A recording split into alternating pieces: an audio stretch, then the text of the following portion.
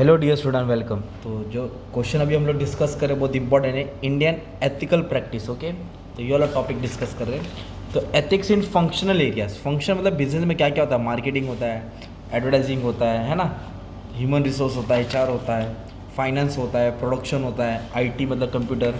तो इसके रिलेटेड भी अपन शॉर्ट में एकदम प्यार से डिस्कस करेंगे। तो एथिकल मतलब एथिक्स मतलब सही और गलत सही काम करना, एथिकल मतलब सही और गलत सही काम करना। तो अपने को इशू डिस्कस करना है, क्या क्या गलत हो रहा है, ओके, या क्या सही हो रहा है, ठीक है।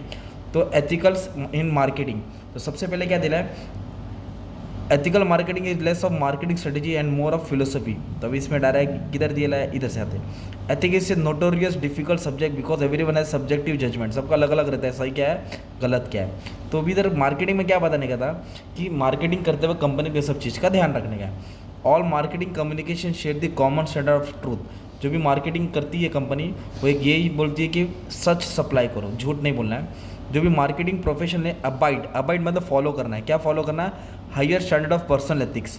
जो भी एथिक्स है, जो भी सही और गलत है, सही मार्ग सिलेक्ट करना है। Advertising is clearly distinguish from news and entertainment. मतलब न्यूज़ क्या बताते हैं और एंटरटेनमेंट दोनों में एकदम अलग तरीके से दिखाना है। Marketing should be transparent. Transparent मतलब क्रिस्टल क्लियर, एकदम साफ, अबाउट हु दे पे टू एंडोर्स देयर प्रोडक्ट। मतलब वो किसको पेमेंट कर रहे हैं प्रोडक्ट को एंडोर्स करने के लिए, वो बंदा कैसा है। Consumer should be treated Fairlie basis on the nature of product. जो भी कंपनी प्रोडक्ट करेगी, मार्केटिंग करेगी, वो कंज्यूमर को अच्छे से मतलब समझाना चाहिए, किसको गाइडेंस करेगी, किसको टारगेट कर रही है। प्राइवेसी मतलब कस्टमर की इंफॉर्मेशन के साथ कॉम्प्रोमाइज़ नहीं करेगा, इधर की इंफॉर्मेशन उधर नहीं करना चाहिए। Market must comply with regulation and standard establish government. जो भी गवर्नमेंट ने रूल्स एंड रेगुलेशन बनाए मार्केट के लिए, उसको दायरे में तुमको काम करना है। Ethics should be discuss openly. जो भी सही गलत है अच्छे से डिस्कस करना है honestly during all marketing decision. तो कंपनी जब भी मार्केटिंग करेगी तो ये सब चीज़ का ख्याल करना है, जो भी नॉर्म्स है, रूल्स एंड रेगुलेशन है। तो अभी इधर क्या डिस्कस किया है, इश्यूज इन एडवर्टाइजिंग। जब कंपनी ऐड करती है ना तो झोल करती है, जैसे वल्गैरिटी का इस्तेमाल करती है। वल्गैरिटी का मतलब होता है गंदा गंदा दिखाती है, राइट। मतलब वुमेंस को गलत पोर्ट्रे करती है, इंफॉर्मेशन झूठा दिखाती है, अपने को गुमराह करती है, पफर जो बोलते वो होता ही नहीं। रेशियल इशू, रंग का इशू बताती है, कंट्रोवर्शियल प्रोडक्ट जैसे अल्कोहल, गैम्बलिंग करती है, राइट। और बाद में ये भी बोल सकते हैं सेलिब्रिटी एंडोर्समेंट, जैसे कि कोई प्रोडक्ट का एंडोर्समेंट हो रहा है, जैसे कि करीना कपूर लक्स साबुन को हमको बोलती है कि लक्स साबुन से नहाओ, 10 रुपये में कोमल त्वचा लाओ, पर वो 10 रुपये का साबुन थोड़ी यूज़ करती है नहाने के लिए, राइट। तो ये इश्यूज हो रहा है एथिकल, तो ये सब पे कंट्रोल करना चाहिए। तो वही हम लोग पढ़े, एथिकल इशू क्या गलत हो रहा है। वैसे होता है ethics in human resource management. Human resource कौन है, जो ग्रुप ऑफ एम्प्लॉयज़ को इंटरव्यू कंडक्ट करता है, उनकी खूबी स्किल्स चेक करता है, अगर अच्छा है तो उनके लिए जॉब के लिए अप्लाई करता है। पर कभी कभी उन लोग भी गलत प्रैक्टिस करते हैं, जैसे भेदभाव करते हैं, डिस्क्रिमिनेशन करते हैं, एज के हिसाब से, जेंडर के हिसाब से, मेल फीमेल, रेस, धर्म, डिसेबिलिटी, वेट के हिसाब से। तू मोटा है क्या काम करेगा, तू ये धर्म का है, तू एज, तू बच्चा है कैसे करेगा। तो ये नहीं करना चाहिए। उसके अंदर अगर काबिल है तो उसको जॉब पे रख लेना चाहिए। सेक्सुअल हैरेसमेंट होता है वर्क वुमेंस के साथ, कभी कभी मेल के साथ भी होता है। कुछ भी गलत एक्शन ले लेना।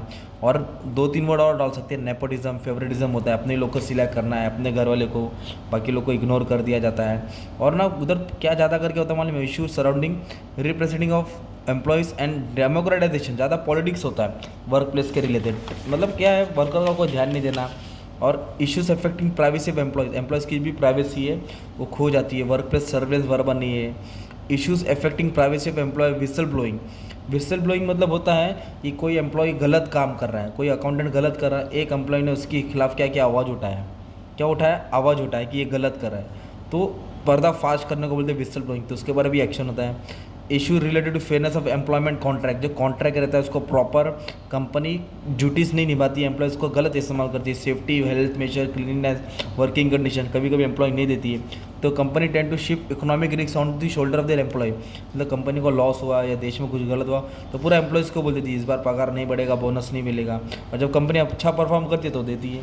तो ऐसा कंपनी को नहीं करना चाहिए। अपना टाइम दे रहा है एम्प्लॉयज़, है ना, कीमती वक्त दे रहा है, तो उसका जो भी प्रॉब्लम है, जो भी मसला है, उसका तंग नहीं करना चाहिए। ओके, एक अच्छा रिलेशनशिप मेंटेन करना चाहिए, एथिक्स हो गया।